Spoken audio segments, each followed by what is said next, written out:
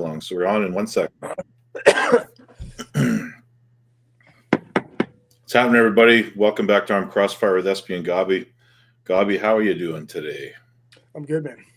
Just me and you. Our guest for this week, due to some scheduling conflicts, mostly my own, has been postponed to next week, and he's okay with that. We're okay with that, but we thought we'd come on and chat about all kinds of different things. Shout out to the sponsors, Garage Door Guys in KC, Arm Assassin Strength Shop. I see you're rocking the gear again. And we have, of course, our Alpha member of Patreon, Zane William Nisley. We appreciate you. Hey, Patreon stuff, I have the blessing of every time I see Todd Hutchings, he tells me about this old video he has. And it's called the, let's see if I can find it here. It's an arm wrestling instructional video that I did I didn't do it. I was part of it many, many years ago. Paul Levesque put it out. It was sold on Bill Morrison's YouTube page. His website is heavysports.com. You remember heavysports.com? Yeah. And we had this arm wrestling instructional video version 2. And I have it. And Paul said, go ahead and put it online. So I think what I'm going to do is I'm going to record it, digitize it, and put it out there for the Patreon guys to have a look at. And he's going to try to get me version 1 that he did back in it was like the early 90s. And it's actually got Christine Flicka and Tamara in there. So, man, I saw that. I think I saw, it was an old footage of Angela Rose and Tamara. Like from 1984 or something like that. Oh my gosh! Yeah. 90. It would be 94, I think. But yeah. It's good stuff. And Hutchings brings it up every time I see him because that was his first introduction to learning how to arm wrestle. It was an old video that we did. I think it was Terry Debates, Paul Levesque, and I, and we recorded it in Terry's basement. And that was back when Paul was also pushing Herbalife. Jesus Christ. I gotta find a time machine and go back in time and fucking troll him. That was actually, he might actually still be selling Herbalife, but there's a segment on the video that talks about supplementation, and there's Herbalife stuff in it. So let's talk about last weekend. Where do you want to start? Instead of starting with Fit to Fight like we were going to, let's just touch on the one match from, was it Alabama? Withers and Morocco. Yeah. Actually, the night before, I'm like, I should come up with a fucking prediction because for me, I thought what was going to happen. And of course, I was reluctant because the last two descriptive predictions I made were terribly wrong, so I didn't do it. But my prediction was going to be that Withers completely controls his hand, and the only way Dave even makes it a match is getting into a King's move with a slight pronation. And I'm like,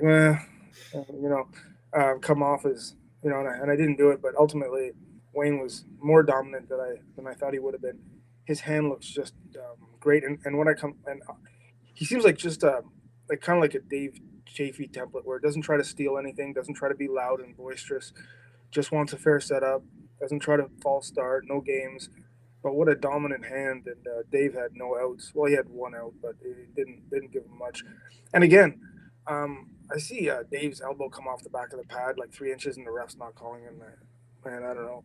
Maybe it's just the viewpoint I had, but there was the one time that I watched one of the matches where Dave was fully in King's move. Yeah, and his elbow appeared to be like miles off the back of the pad. Yeah. Now, is that maybe it's the refs just trying to make it an interesting match and let it go for a little while, or just didn't see it? But it was, yeah. Yeah, but he looked so dominant, and it kind of, when he beat Matt Mask, Wayne that is at Mississippi State, it was like, man, Matt was just had a bad day. But I'm thinking, yeah, Matt obviously had a bad day, but don't take anything away from Wayne Withers. Holy shit, what a hand! Dave, even when Dave loses Superman, Dave usually seems to have equal and or stronger hand. He rarely gives up the hand battle, and he was just outmanned completely up high, like nothing. So man, this guy, I hope Wall gets Wayne in there somehow because he looks like his game is strong. Whether his personality can, he's such a Dave Chafee type. He's humble and respects everyone. I don't know if Wall will come knocking on the door, but skill wise, table ability wise, man, dude's super legit. He could upset some plans there, so he's also a guy they need to be careful with some matchmaking if they're trying to keep some people in the winning bracket. Like, I look at him and I'm like, obviously I don't measure myself up to him. Obviously we're nowhere near in the same weight class, but I wanted to ask you, right-handed, would you I know you would take that match, but would you see yourself as a favorite? Would you see yourself would you be at all concerned with his hand? How would you look at that? I think that I would be foolish to not be concerned with his hand.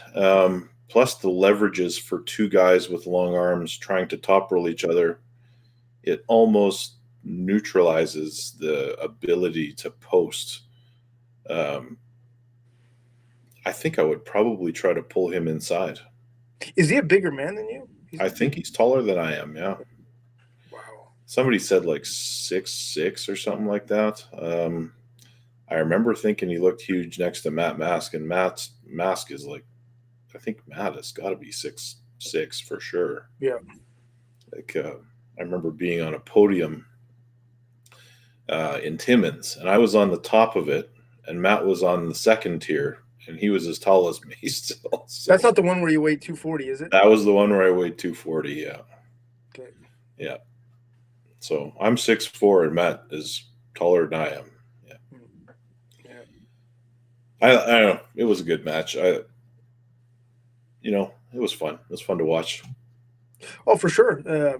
Yeah, a lot of people were paying attention, and yeah, both guys have a big following. And Wayne was favored going in, but just and of course, what was the score? 4-2, but of course, surprising they adopted the six-round format that PAL uses. Because if a guy wins 4, then it's really hard to count those last 2 matches as much because there's no real skin in the game, and we saw that, and we'll talk about it later. But with Chafee getting flash pinned on round 6 of his match after winning 5 in a row, you know what I mean? It's But then Alex and Krasmir pulled 7 rounds, right? I guess that's because. Well, yeah, but they were tied 3-3 at the end, so they had to, because the winner of that match gets in the top 8. So it's interesting. Now, guys, we're going to talk about the top 8 coming up right away here, but we got to talk about Fit to Fight. So where do you want to start there, Gabi? We want to start with I think match number 1 was a belt match between Brittany Sutherland and the name of the other girl is escaping me. Was Brittany the one that I remember watching the video? Brittany's the one in the gray shirt that won? No, Brittany was the other girl. She was the champ and lost her belt. Yeah. The name of the winner? Oh, man. And she'll have to forgive me, and I will correct it later, but I believe Lacey is her name. Yeah. Total hand control, right? Flopped her wrist back twice, I think. And, of course, looked super humble and gracious in victory. Well, in that league, she was ranked 5th. So Brittany would have been heavy favorite. I know that Brittany was having some health issues. Like, she definitely had the flu. But props to her still putting her arm on the table. And now there's a new champ. And there's a ton of interesting matches that can be made, because when the 5th place person becomes a champ, it's fuck shit up. Yeah.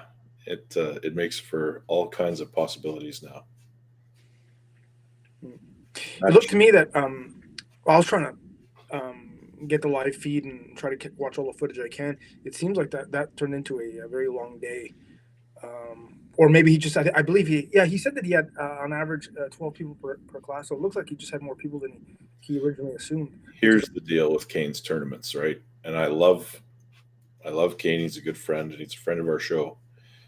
But when you're running a tournament where you get traditionally a very good turnout, you've got 6 super matches.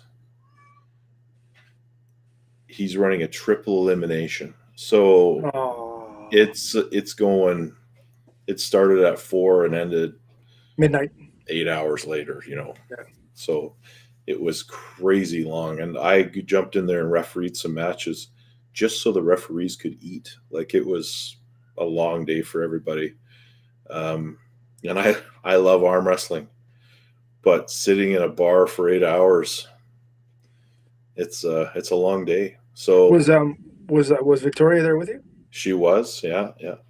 She didn't watch any movies because there's 3, 2 of the guys that I train with on a regular basis both pulled, and both their wives came, and we're all friends, the 3 couples. So Victoria and Drea and Jamel sat and did what they watched. They had a good time, had some drinks, had some food, had some laughs, and Spencer ended up taking a gold and a silver, which was awesome. He's come such a long way. Made 176 probably for the last time. He's going to diet down to that class because it just about killed him. But also Robin Boychuk took a silver, and I can't remember where he placed on the it was a silver, I believe, on the left, and I can't remember where he placed on the right. I think it was 4th. But man, he upsets the apple cart because Robin goes straight into a flop wrist press every time, basically. He can top roll when he has to, but what's his go-to is the flop wrist press. Yeah. Getting back to triple elimination, I despise triple elimination as a spectator, even as a puller. I find it always the guy sitting in the A, B, and the 2 guys in the B will have to pull each other two times. So what happens is the actual final match is usually anticlimactic because 2 guys beat on each other for 2 rounds, 3 rounds before they can get up to the guy sitting on the A. Well, they've altered it slightly so that the B side guy pulls the A side guy before it gets down to the final, but it's still too long and it's too hard to follow. From a spectator standpoint, it's I don't like it. No, I know Joe Gould that did it in arm melter, but he would have to run 2 tables, and he did. Like you cannot just run 1 table, and he knew that going in, so he'd have his 2 tables and his 4 refs. But long day, very very long day. I have seen it change the outcome of a tournament, though. I've seen it, and the Nationals does triple elimination now. Still. I don't know if it's changing back this year. I don't think it is, but I have seen on a couple of occasions somebody come off the C side and win. So that person would have been eliminated had it been double elimination. Nick Penner did it once. He came back and beat Gord Squire 3 times to win the tournament. But no, don't like it. Yeah. Super match number 2 was mine against Mark Gay. And man, Mark came in. He came ready. He was game. He took. Are you being humble? Because that's not what I saw. What did you see? I saw him just surely not knowing how to set up with you, or being so overwhelmed with your setup. I saw you being frustrated because of that and not even wanting to fuck around and just slapping him, like just on the go, just cracking him right back.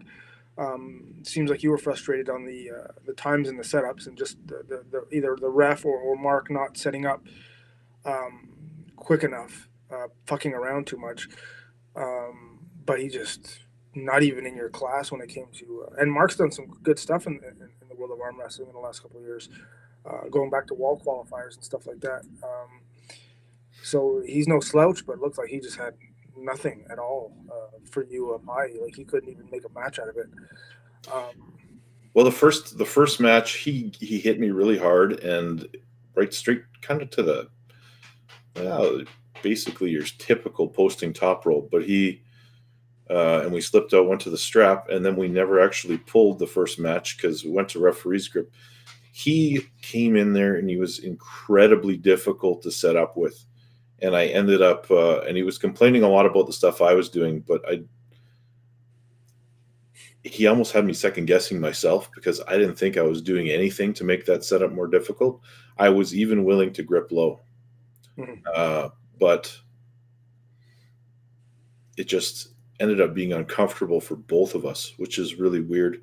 I ended up kind of giving away more than I wanted to in the setup. But the first match ended because he kept moving in referee's grip. So 2 fouls for moving a referee's grip. Second match, I think he went to the strap and I kind of caught him up high. Or maybe it was low on the second one. I don't know. There were so many restarts. And the third one, kind of straight sideways. Yeah, he's kind of a small super heavyweight. I would have liked to see him. I don't know if it happened later on in the class, but I would, for frame wise, I would prefer to see you pull Len, only because he might. Well, I don't know. I'm not saying he beats you, but he gives you more of a match up top. I would assume because of his height. But yeah, I mean, Mark came prepared. Like it, regardless of what it looked like on the video, Mark felt like he had made definite improvements, and he felt pretty strong. And he gained some respect from me definitely by the time we were finished. I mean, is he even 250 pounds? I think he weighed in around 255. Like he was about 100 pounds less than I was. He's giving up a lot of weight, a lot of leverage. Yeah, and then I mean, you go to the nationals. It doesn't matter whether you're 245 or 400 pounds. You're still pulling the same guys. So he doesn't have a lot of way to go to make the class below him. And it's curious to me why he doesn't do that little bit of weight cut, because when you're 255, it's really not that big of a task to drop that much water to get to 242. You can show up at 255 and make that class. Yeah. It's kind of like at Arnold's where they have a 199 plus and guys pulling in the super heavyweight class at like 215. It's like, man, like, Marcio did it, and I believe he won. But, man, you are pulling – everyone you pull is going to be bigger, heavy, taller. That's a tough – Yeah, you don't want to be the smallest guy in the class. I mean, I've gone to – when I was at the Worlds, we were in Tokyo, I was mid-sized in that weight class. Yeah, that was like crazy. 340. Yeah. There were some big guys. Not that it always translated to success on the table, but big guys for sure. Was Smeasel bigger than you? Yeah. He was bigger than you, eh? Yeah. He was a couple inches taller than me, which it was fun to walk around Roppongi in Tokyo after with him. Yeah. So match 4, and I think I might have these out of order. We had the Duke, and God, I guess these guys are going to hate me. I can't remember the name of his opponent, but he handled the Duke fairly. There were long matches, but I believe it was 3-0 on that one. But Brandon, man, he's got heart. He trains hard, and he always gives a good match to the crowd. Like, it's good matchmaking for him. Yeah, it was fun. Looked like an awesome venue too. It looked like an amazing venue. Looked like he had a lot of people, but they weren't like compacted in like a lot of venues we see. So it looked like Kane has himself a great venue. I know that they've been to the same venue for a couple of years, but kudos on having a great venue. It's Bugsy's Irish Pub, and the way it's set up with the dance floor and all the tables kind of around it is just perfect for arm wrestling. Yeah, it seems so. Yeah. Then we got Lenny Len Hutton versus Gaber. Did you watch that match? Yeah. What do you think of it? Well, it's exactly as I predicted. I mean, Gaber's a fucking tank. Like, it reminds me of Greg Boyce or even Greg Boyce. He doesn't have the hand and wrist of Greg Boyce. No, but I mean compact, like 5'7", 5'8", bordering 280, 290, solid. If he just had a little bit more hand and wrist, but Len, he's getting up there in age, but still has that dominant hand control. Yeah. So Len does the side hit, and after that, when Gaber slowed him down in match 2, I actually thought Gaber was going to take it all. We were pretty lenient on a lot of the elbows that were coming off the pad, and eventually Len did foul out a couple of times. But the last one was clean, as far as I thought anyway, as the downside ref. And then Lenny ended up taking the win. Nice. 3 matches to 2. So good matchmaking there. I think those guys will see a lot of each other. Inside, the surprising thing to me was inside. I thought Len would have his way with Gaber, and it's not the case. Gaber is super strong in there. Yeah, no doubt. And I know that, boy, there's some comments we need to address here eventually, but Yep. I know that Lenny's training hard and he's planning on coming to Winnipeg. So he's also going to pull, it sounds like he's going to pull multiple classes, not just the Grandmasters. Nice. Yeah. Next match was Christy versus that other girl that she pulled. Anyway, Christy got beat 3-0 in that match. Thoughts on that one? I didn't catch everything. I mean, I could not catch anything. I was fairly busy Saturday night, so I couldn't. I caught what I could. Yeah, I didn't catch everything. Like I said, the only female match I saw was Sutherland versus the girl in the gray shirt that beat her, and she looked. It almost looked like the girl in the gray shirt looked like it was she's somewhat green. Sometimes you see someone that's so green at the table that they don't really know how to react to certain things at the table. They don't know how to react to a win or a loss, but they're so strong. They end up getting a win, and it kind of like surprises them.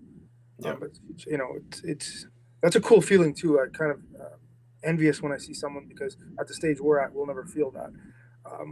We're too alert, and we know what outcomes should happen. But to see someone win like that when they're a huge underdog, and to see them so surprised and not knowing how to react is a fucking cool feeling, because you know that's gonna resonate with them for days. Hey, listen, man, if you watch that tournament, there was a girl that had never been on an arm wrestling table that won the whole thing. It was crazy. Like, this girl didn't know anything, and she went in there and won the tournament. It blew my mind and beat a lot of really, really experienced arm wrestlers. Mm-hmm. So watch out for that girl, whatever her name is. But let's go ahead. There's people think they look at RVJ, they look at Devin, they look at certain arm wrestlers and see great physical potential, John Brzenk and stuff like that, Ron Bath. But I'm telling you, man, in the last 10 years, I've pulled with 2 new guys that were just off the charts. I won't go into great detail, but they got bored and ended up fading away.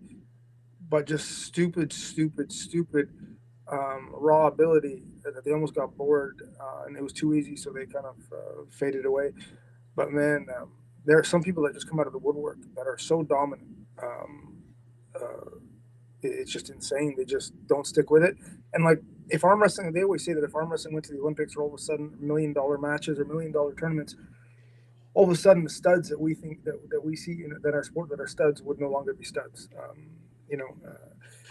There's a shitload of fucking potential out there that's untapped and unseen. So every once in a while, someone comes out and shocks everyone. So we got the final match. We have Vivian Santos, who asked you not to talk about the match. Yeah. And wink, wink. Annie Beals, that is phenomenal. Like, her hand is huge, strong, and just overwhelming for opponents. And I think, well, you tell me your thoughts on the match. I reffed it. I think I missed that one too. I only saw one female match. Okay, well, Annie, let me tell you, she is spectacular. And Vivian gave her all she could and tried to adjust and do different moves. But Annie Beals, like, she is something else. Like, she is, her hand is almost as big as mine. Like, we did the whole hand-to-hand thing, and man, it was impressive. And she knows how to use that, and was calm and composed. And Vivian's got work to do to be a threat to Annie in the future. Now, where does Annie sit on a national level? Has she been to a nationals? Has she finished top 3? She was in Edmonton, I believe. Yeah. And if I'm not mistaken, she won the class. Okay. But, yeah, she's going to be one to watch for a long time because she's very young as well. Nice. Yeah. Big? Is No. she a heavyweight? No, she's light. She was lighter than Vivian. I think she weighed in 10 pounds under Vivian. So she didn't have to cut. Vivian cut to get there. Annie did not. Annie just walked in and weighed. And I think she did pretty well down at the UAL too. Sweet. Yeah. So let's get into, you want to address some of these comments and we'll kind of segue into the top 8. Sure, man. Let me see. Have I seen a video of Levan training? Yes, I see them all.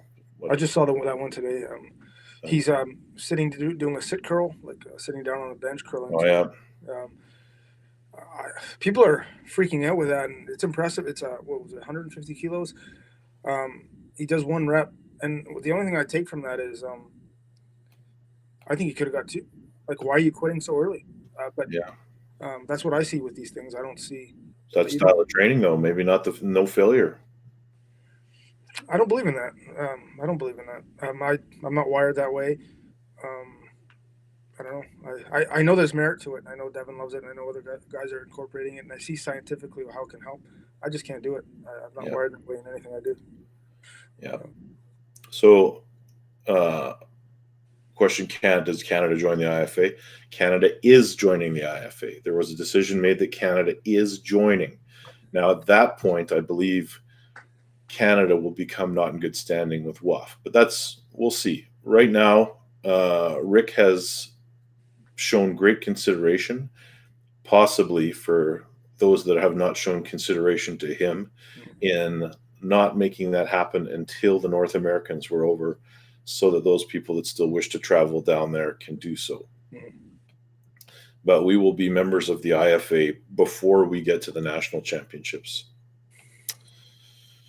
Oh, let me see here. What else we got? Top 8. Yes, we're going to get that right away. When are you going to face off against Kodiak Chris Boschman? I'm going to face off against him at Nationals when he shows up. I think he advertised his top roller handles for $800. So if somebody is willing to pay him that, for sure he's going to come to the national championships. But he says he's going to be there. Did he write a song about crushing me? He wrote a song about trying to crush me, and then what actually happened, which is he's never beaten me. But he's sure that's the dream. So he's training hard, and we'll see him at Nationals, and where he will leave disappointed one more time.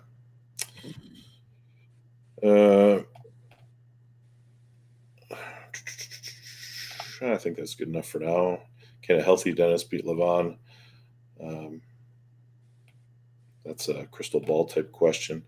Let's get into the top 8. Joe Fox. Match against the Latvian. Good old Canadian boy from Alberta, I believe. I lived in Alberta, so briefly. So just out of his league, man. Like he stuck the guy a couple matches with a bent back wrist, but bent back wrist. I mean, he flew down there. I'm sure he trained like a motherfucker and gave his all. So congrats to representing Canada, and good on you to even getting in that position. But yeah, he just looked outmanned. Well, he got he tied it up a couple of times and positionally, and he's got some things to work on. But Joe did his country proud. I think he did a good job. I think he knew he was going in as an underdog, and good on him. You got to take the opportunities you're given, and I think that Igor recognizes the people that do that, and they sit in high regard for future consideration. So we have not seen the last of Joe Fox in those events, and we certainly haven't seen the last of him in Canada. He's going to be at the Nationals in Winnipeg this coming July, so it's going to be it's a good thing for a Canadian to get that opportunity. Yep. What are the big? Is there any other ones we should talk about? Was there any other ones besides? I mean, we got Krasimir and Kurdecha. What a match that was! That was I fucking love that every second of that fucking thing. That was a really, really good match, and I'm glad. Like, I saw that, and I thought that it was interesting from the start. There were so many unknowns.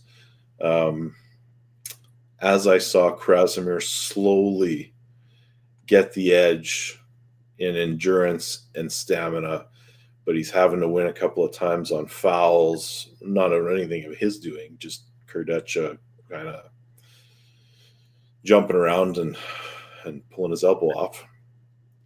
But to be able to hang in there until round 7 and finally get that pin victory, it was something else, man. I thought that thing was starting way earlier. So when I woke up in the morning and I rolled over, fired up my phone and caught it right from the start. I mean, I had that thing going all through breakfast, and there was 4 of us sitting around the table watching it, including the arm wrestling wives. Nice. Yeah. Part of me feels bad for Alex because 6'7" tables aren't made for 6'7". You run out of table, you run out of pad awfully quick. But he's got to learn how to transition better from a neutral press to a pinning press, getting his shoulder up and above. I mean, the last match, in match 7, he was setting up low back and for a post, and I'm thinking, this is exactly what Krause wants, because he doesn't care about his hand at this point, when he really should have been shoulder high, shoulder driven. So I mean, guy has phenomenal potential. He's a fucking beast. Needs better coaching, or I mean, he's still fairly new, 2-3 years, if that. So he's still very raw. But I mean, so you can't really, he's so far ahead of most people at that point in terms of the level he's competing in. But I'm sure, and he looked, very humble in defeat. Yeah. But that's a tough loss for a big man.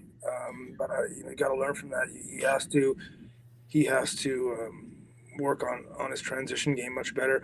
One thing I give Michael Todd credit for is Michael Todd, when he hangs a guy up with the shoulder, or the guy's hung up and he can't pin him, he comes up and around with that shoulder as quick as any man in the history of the sport to pin a guy, and he knows how to time it, and that's what Alex needs to learn, to establish that finishing aspect of the press. And then there's always the factor of what is tweaked, what is stretched out, and what is tired. And for sure. Yeah. Yeah. I mean, there's a comment over here about Krasimir having shit stamina. How can you say that? The guy pulled 7 rounds and grew. Well, there's 2 types of stamina. There's how you're breathing. There's cardio. Like you can have. Crazy George used to tell me that if you want to have 3-4 minute matches, you need to be on the treadmill and the bike. And I'm thinking, yes, there is an aspect that your heart rate's going to be elevated, so you can't be totally out of shape where your energy level fades quicker than your arm wrestling conditioning. But when I see arm wrestling stamina or lack thereof, I'm thinking lactic acid tolerance, lactic acid conditioning, and Krasimir. Fuck, are you kidding me?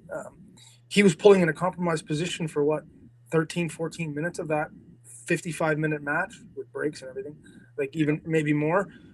Versus a guy that's 100 kilos heavier, like 100 kilos heavier. Maybe, I don't know, like what a stud. And to think he got slapped by Chafee. Anyway, what a grinder, fucking unreal. That was a great match, and probably one of the most entertaining matches I've seen in any of the leagues in a long time.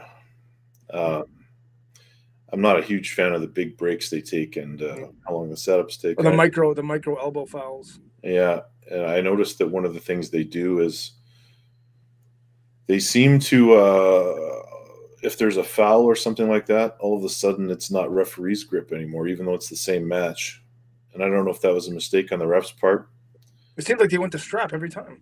Well, them in a strap every time. Right, but there was once or twice where there's a ref's grip, and then the match stopped on a foul, and then it wasn't in the ref's grip. Okay. So they let them screw around again for a minute until, Anyway, it is what it is. Congrats to Krasimir getting into the top 8, and which was weird because I thought he was guaranteed his spot. So it would have been tragic if he would have lost that match and been denied at that point. Mm-hmm. Then we have, of course, Chafee going against Rimkus, who I'd never heard of until this match. Yeah, the first match worried me a bit because he almost came around on Dave. Dave's a notorious slow starter, and especially match 1, but sometimes lacks aggression, and that's ultimately what it was because he came right through him every match after that, and even after that restart. As promised, Dave looks fucking amazing. Yeah, and Dave, he looks like he's getting the parts back, and needs to pick it up a little bit, show a little bit more aggression. But I think that he probably showed what he needed to show in this match, no more. Unfortunately, his next match will be. Yeah, let's get into that because I got the draw right here. we got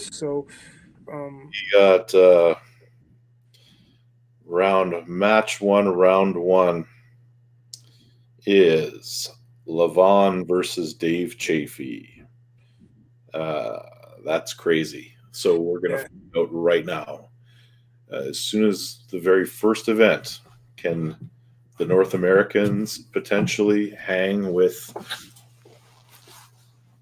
the Georgian Hulk?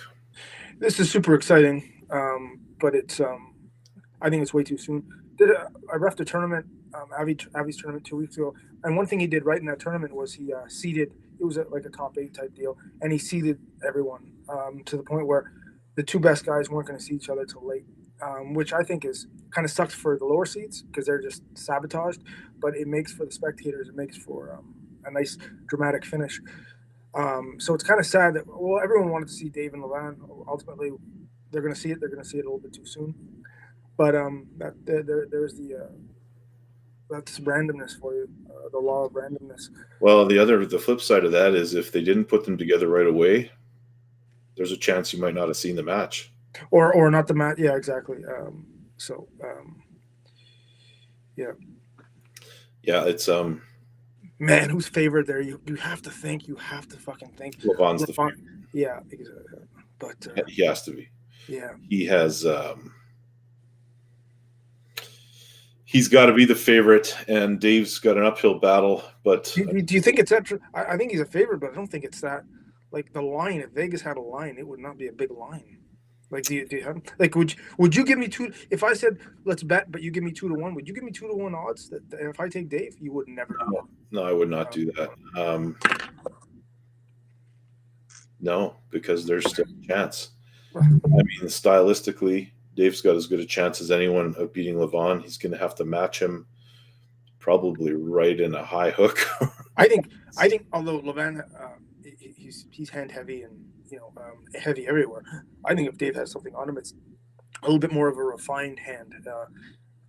Doesn't lose. We've seen Levon sometimes lose, even versus Unger Bayev.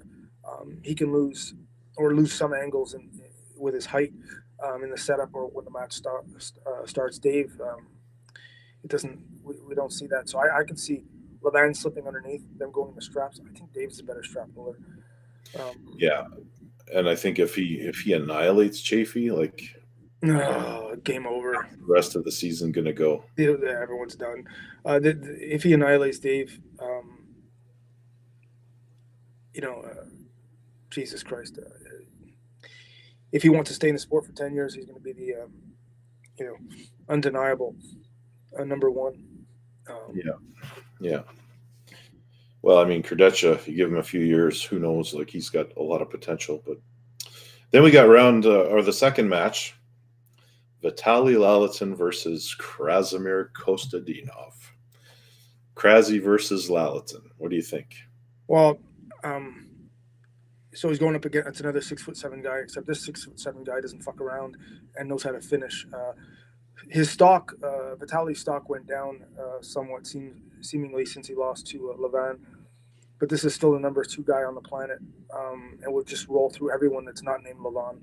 And Krasi's of course going to try to put on the brakes and halt the match. No dice. And because this is round 1, I have a feeling Vitaly's not going to fuck around too much.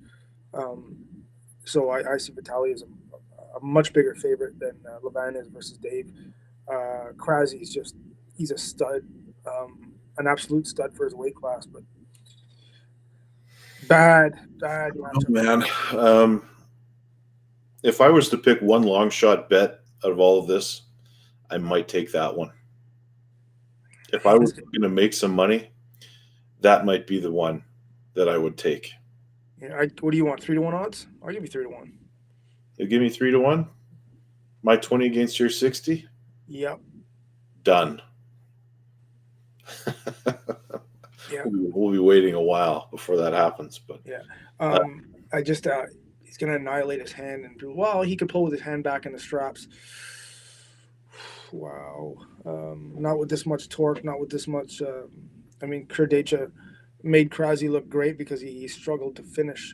He lacks refinement. He made Krasi look like a superhero. well, Krasi needs to not. He needs to somehow not end up in that same position. How could he not? He's going against the number one top roller on Earth. The best hand, the best low hand, and a low hand versus Krasi is a fucking nightmare. If he was posting like Alex, he can get straps. He can, put on the brakes. This guy's gonna low hand him, and can go very low, and it's just gonna be straight sideways. Yeah. It's gonna be It's a nightmare for a lighter defensive hooker. A fucking nightmare. Yeah. So we got the next one, Prudnik versus Bresnan. Could I got away with 2-1? I should have started slower. Could I? You probably could have, but it's too late now. Yeah, no, it's for 3-1 all day. Sometimes yeah. We don't usually pay our bets off anyway. But took my pants off too quick on that one. Yeah. Anyway. Then. Next. Prudnik, Bresnan. Love this fucking match. Love this match. Yeah, that's a tough one. It's all random, but we know that's some good matchmaking right there. I think. Yeah, it is. I think it's interesting. Prudnik, tons of stamina, great adaptability, can arm wrestle with the best of them. High inside out, whatever. Has no visible weakness, has no physical weakness. And he's going up against a guy who's notoriously one of the hardest men in the history of arm wrestling to finish.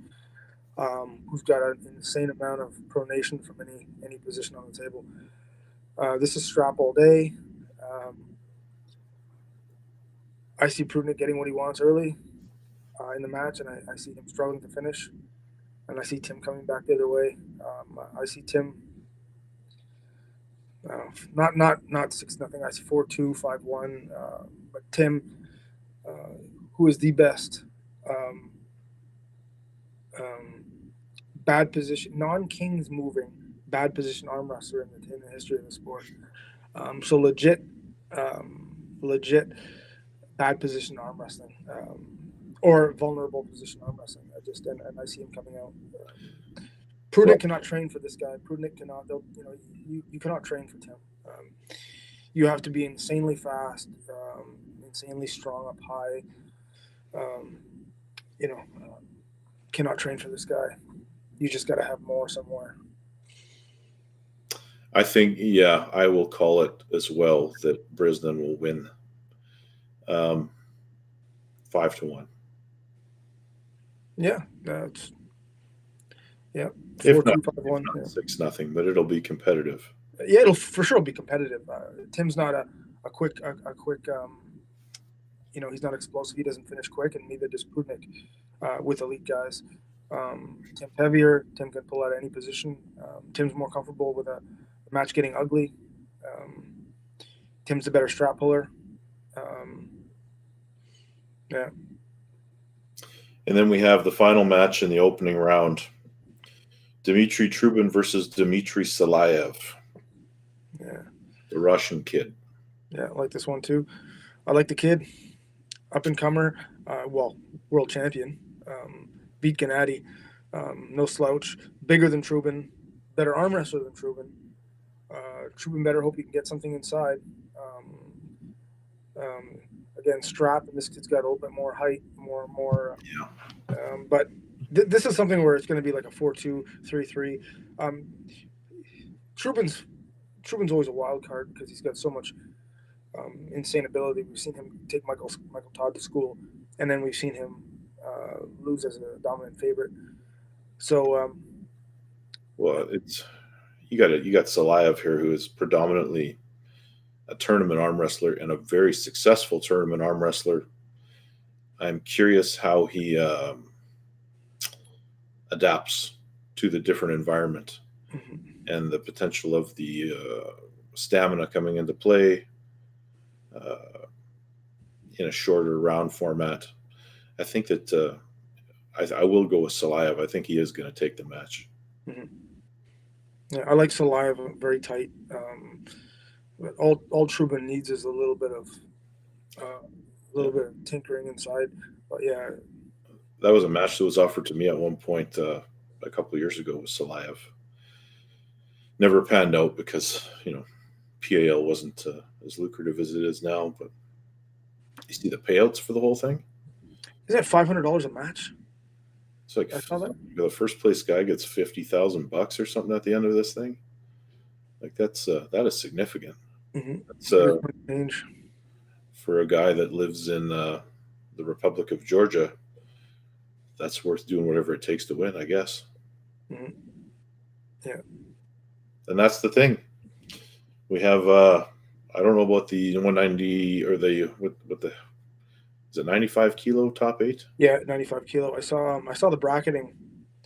I should have saved it or copied it, but yeah, all the names were there. I thought Ryan Bone was supposed to be in that. I saw John's name. I thought Ryan was ultimately supposed to be in that, but he's not. What? Yeah, wasn't Ryan Bone supposed to be in the top 8 at 95 kilo? No. Only if he won. If he placed top 4 at the Zloty. Oh, okay. Yeah. So if he did that, he was a shoe-in. And then, of course, you have the guy that beat Joe Fox, the Latvian. I think that was John's opening draw, which I think that's a good draw for John. And it should mean that John advances dominantly past into round 2. And we'll see what happens. Yeah, I'm not sure about that. I hope to help John gets past round 1, but I don't know, man. We'll see. I fucking hope so. John looks good. I think he goes deep. He put even in Moldova. I mean, John showed up without really even training, and he made it into the deep rounds. So a trained John, Raymond Antonovics. That's the guy's name. Yeah, I think John takes that match. Probably 6-0. Yeah, Ryan Belanger saying hard to bet on Trubin. Yeah, it seems like it's harder to bet on him these days. Well, he's not consistent. No. So sometimes he's a tough guy to bet on. You can't do it. No, very, very unpredictable. Yeah. What else we got to talk about? I got my small event coming up, and it's starting to shape up and look like it's going to be a good thing with my open weight class tournament. Now you're not competing in it, are you? I am not. No. Okay. So who do you have in your area, or who you anticipate coming that can win that? Lenny? If you look at maybe Gaber. Yeah. If you look at the sword tournament that happens in Manitoba, where there's an overall for the swords, Bryce McMillan, who is a smaller guy from close by here, ended up beating Mike Barrett with the left arm. Yeah. In that tournament, and then winning a sword. He would be a guy to watch in that class. You got Robin Boychuk, who is a heavyweight. There's a ton of Manitoba guys that could do it. Matt Mask wouldn't show up to that? No, Alberta guys are a little too far, and they have an event the same weekend, the same day. So there's a tournament on the same day that Len is part of. So Lethbridge guys will definitely not be here. Maybe some Northwestern Ontario guys, like the Thunder Bay Club. Here's a question for you. Has arm wrestling ever been bigger, volume-wise, in the prairies? No, it hasn't. Okay. And it's tournaments popping up, teams popping up. It's so as popular as it's ever been. And you got like generational stuff happening now. So Len's 2 boys are very successful arm wrestlers. Well, he's got more. I think he's got more kids than that even. But Dustin and Dylan are both top guys. Mm-hmm. So, and heavyweights. Big kids, but I mean, Len is a big guy. And everyone's children, everyone's like just there's a ton of more people here than there was 10 years ago. Mm-hmm. This could be the biggest nationals of all times. I'd almost bet that it will be. Yeah. So does that mean Chris Gabe is going to make the trip to nationals? Probably not. Why are you coming to the national championships? Just bought a house. So did I. Yeah. But yeah, my mortgage payment is being paid by me and my dog, not me and my wife. So it could be tight, but it's not out of the question. I would try to drive that fucking thing. Like I would try to drive it. What's it going to take? What's it going to take to get me there? Yeah. Is it Labor Day weekend again? When is it? No, it's in July. July long. I don't know what it'll take me. Maybe 5 people to sign a petition that they don't hate me, and I'll drive up there. I don't know. I don't know what it'll take to. I don't know. It's not money. I mean, I can't take a penny. I don't know. I don't know, man. I guess it all depends on. How much I want to go. I don't know. We can do the live show where we're both in the same room on the same camera doing the interview with somebody. Mm-hmm. Yeah, we'll see. It's not out of the question. It's not out of the question. I'm light now, so I can fit into the 70 kg class nice. So maybe open, left, right. What are the awards going to be this year? Do we know? We don't know yet. Medals. They're very nice. I saw the template for them. They're gonna be nice. Big, like 5-inch heavy ones that it'd be like a boat anchor around your neck. Sweet. Yeah. I have a sweet spot for Western Canada. I lived out there. So it's not out of the question. I'd have to look at I hate flying. I absolutely hate flying. So I'd have to look at just drive it. Stay along the way. Yeah, I would definitely drive it. Rent a car. Yeah, I mean, shouldn't hit any bad weather, snowstorms in July in Western Canada, so it should be good. I actually was working in Cochrane Lake, Alberta, in '99 in August, and there was a hailstorm. Like, Jesus, I mean, a much better climate than Quebec. It's more temperate, but you can get snow 12 months out of the year there. Much like Manitoba. Can you in Manitoba too? Not so July, much. It'll be hot. Okay. We have the biggest. I gotta say, we got almost the biggest temperature swings in almost the whole world. Like it'll go from -40 to +40. Yeah, Quebec's the same. It's very extreme. We have crazy humidity in summer, and we just had a foot of snow in -25 over the last week. Yeah, well, it was -40 here last week, and then 3 days later it was melting. Like it's weird. Well, I love Alberta with the Chinook, like Calgary. Southern Western Alberta is awesome with the Chinook. I mean, it'll come in and we'll have 25-degree weather for a couple of days, melt everything. Yeah. So Callie says here, is that how you pronounce that name? Why is Michael not signing the contract against Devin? I would like you to elaborate on that because I have not heard anything of why Michael is not signing the contract. I think Michael would probably jump at that opportunity because he likes, he does want to arm wrestle Devin again and finally put this thing to rest. But that is an interesting comment. There's a holdout. Really? If there is. Yeah. If there is. Because his last match with Devin was quite definitive. There were long matches, but I mean, he had the better hand. Unlike his match with Jerry, it was clear cut. So I can't see him not wanting it or being. Maybe the money is not as high as he believes it should be. Maybe it's that, or maybe it's not the issue at all. Oh, maybe he's getting this.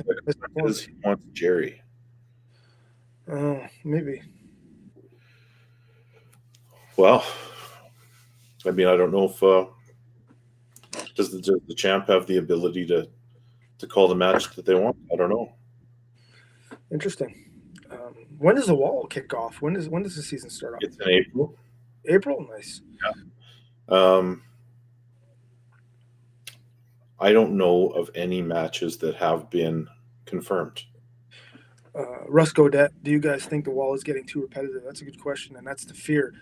But I think with bringing in Gennady, bringing in European international flavor, ultimately you'll see an RVJ Todd matchup, cross-weight hybrid type deal, inevitably.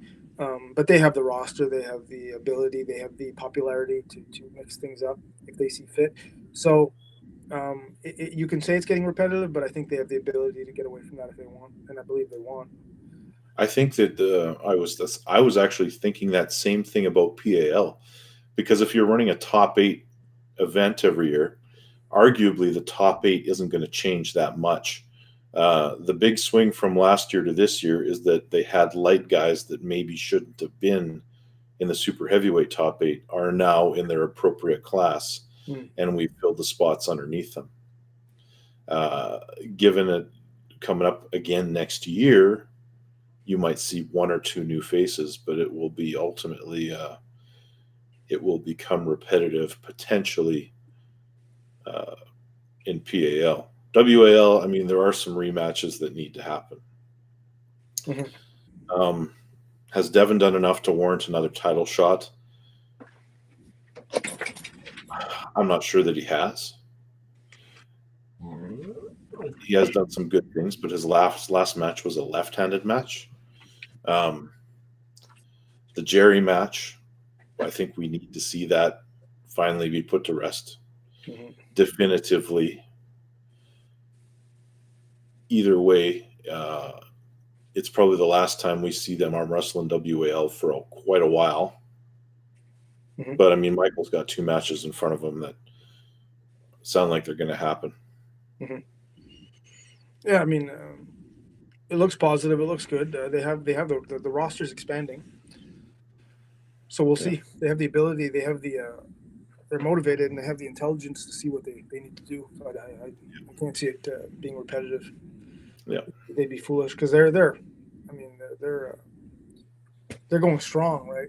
They have a lot of traction going right now. So yeah, and if you take the main events out of the picture of the WAL, they've all been different matches. Like there's not been.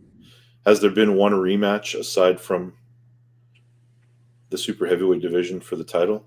No, we haven't seen that. So I guess the answer is no. Yeah, I'd like to see Bishop versus Bowen.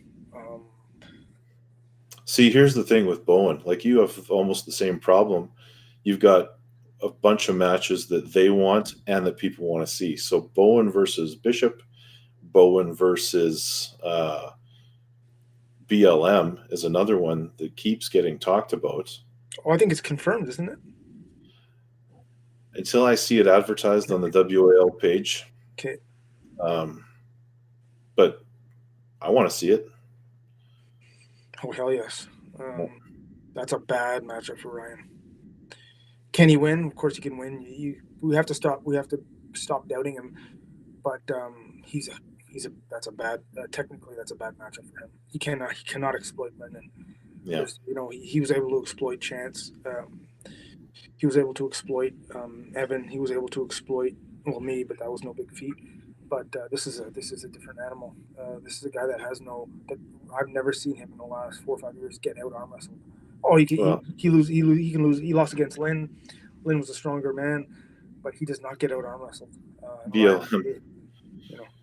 BLM needs to get some big matches. I want to see him pull. And you know what? You can't criticize the guy because he has tried. He has gone hunting. And somebody needs to put together some big matches so he can find out where he's at and we can see where he's at. Yeah. And someone mentioned in the feed about him and Chance Shaw, and I think we touched on that last episode. Yeah. I was slightly disappointed. It was just talking about repetitive. That was a repetitive super match. So it was just disappointing. I was expecting more from Chance. I was expecting more stoppages. It seems like when the athlete didn't get what he wanted, he just pretty much relinquished the match, which I hate seeing. Krasi had nothing and would pull. That's a fucking. I think most pullers, when it comes to practicing and training, what they do is they don't don't pull in disfavorable positions anymore. When they don't get what they want, they usually end the match and start again and try to get what they want. When in reality, that is not how matches go at high levels, and you have to learn how to grind, learn how to pull when you don't get what you want. And Krasmir is a remarkable example of that. That was a great match to watch, phenomenal, and you can see almost like the momentum swinging, and you could see the confidence in Krasmir, and Alex starting to lose his, I guess, confidence going into match 2, 3, 4, 5, etc. You just felt that it was going to be hard for him to pin him, and he came so close so many times, probably coming within a half an inch of a pin multiple times, just could not finish Krasmir, who's arguably the hardest man to finish. One of the hardest between him and Todd, Devin, incredibly hard man to finish. Mm-hmm. All right, buddy. Well, you want to call her a show for today? Yep, and next week we got Aiello. Yeah, that's a big one. Yeah. And when I said, what do you want to talk about? He said drugs. So we're talking about drugs next week. No problem. Yep. Yeah. Sounds good. And I heard you lost a little bit more weight, so congrats. You're on the right path. On the path, yeah. Yes, sir. Hopefully by nationals, I'll be sitting around. I might stop. I'll see how I feel at 320. Mm. It might be a good weight, but maybe 300. Mm. Yeah. Yeah, as long as you never toy with 245 again, me and you will be cool. No. No, we won't do that. Awesome. All right, y'all. Thanks for tuning in. We'll see you next week. Oh, yeah. By the way, our sponsor, Lucas Raymond, the last tournament I went to, he gave me a bag of stuff for you. It's in the mail. So hopefully next episode, Lucas, we'll both be wearing these shirts and representing your brand. I'll start training with your handle, and I'll have a little bit of a write-up or on the video on next week or the following, because we'll have Mike. I'll break down your handle and give it some analysis. Yeah, and Lucas, as soon as I get your stuff, I'll shoot some stuff too, and let's do it. Sounds good. All right. See you guys. Take it easy.